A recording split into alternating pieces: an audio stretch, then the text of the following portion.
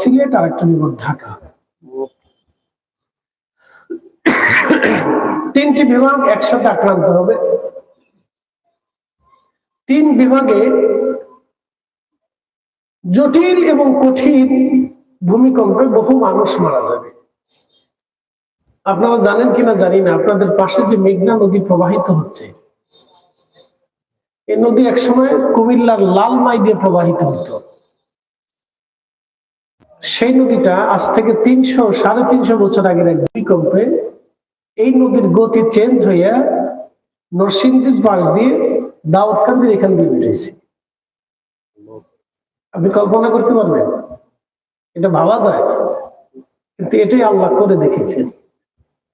এগুলি থেকে আমাদের শিক্ষা হচ্ছে, জমিনের মালিক না, আসতে হয়ে গেল, জোরে বলেন জমিনের মালিক, একসাথে বলেন জমিনের মালিক। আপনি ভাবেন, একসময় যেখানে নদী ছিল না সেখানে নদী হয়েছে, যেখানে নদী ছিল সেখানে আবাস হয়েছে।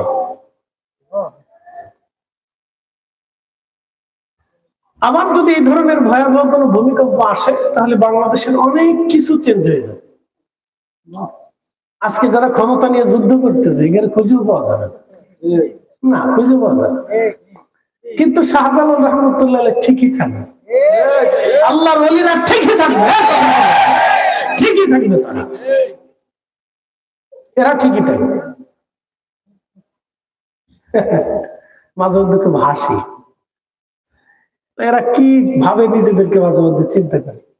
আল্লাহ মাঝখান থেকে একটু লারা দিয়ে বুঝাই দিয়ে গেছে, সাবধানে আমি কিন্তু আছি। কি কথা ঠিক কি না? আমি কিন্তু আছি, আমি শেষ হয়ে যাই নাই, আমি আছি, আর এটার মালিক আমি। আচ্ছা ভাবেন তো, 5 মিনিট 1 মিনিটে ভাবেন, ঢাকা শহরের 65% বিল্ডিং ভেঙে যাবে 1 মিনিটে। কয় মিনিটে? 1 মিনিটে 65% বিল্ডিং ভেঙে পড়ে যাবে 1 মিনিটে শেষ।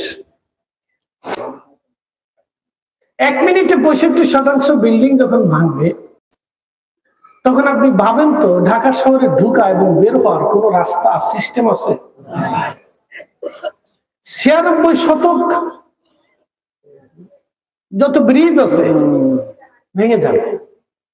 আপনি এবার বলেন, আপনি কোন দিক দিয়ে যাবেন?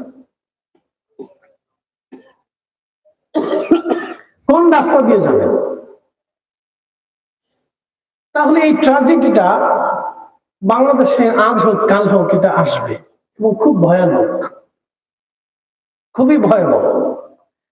কিন্তু আফসোস হলো সত্য, এটা নিয়ে আমাদের দেশে রাষ্ট্রযন্ত্রে যারা আছে তাদের কোনো মাথা ব্যথাই নেই। কেন নাই জানেন? তাদের ছেলেপেলেরা বিদেশে থাকে। কি আসতে করেন কেন? ডরায় ডরে করেন। ওয়াজ তো আমি করতেছি, আপনারা তো করতেছেন না। রাস্তাঘাটে ধরলে তো আমারও ধরবে, আপনাদের কিন্তু ধরবে না।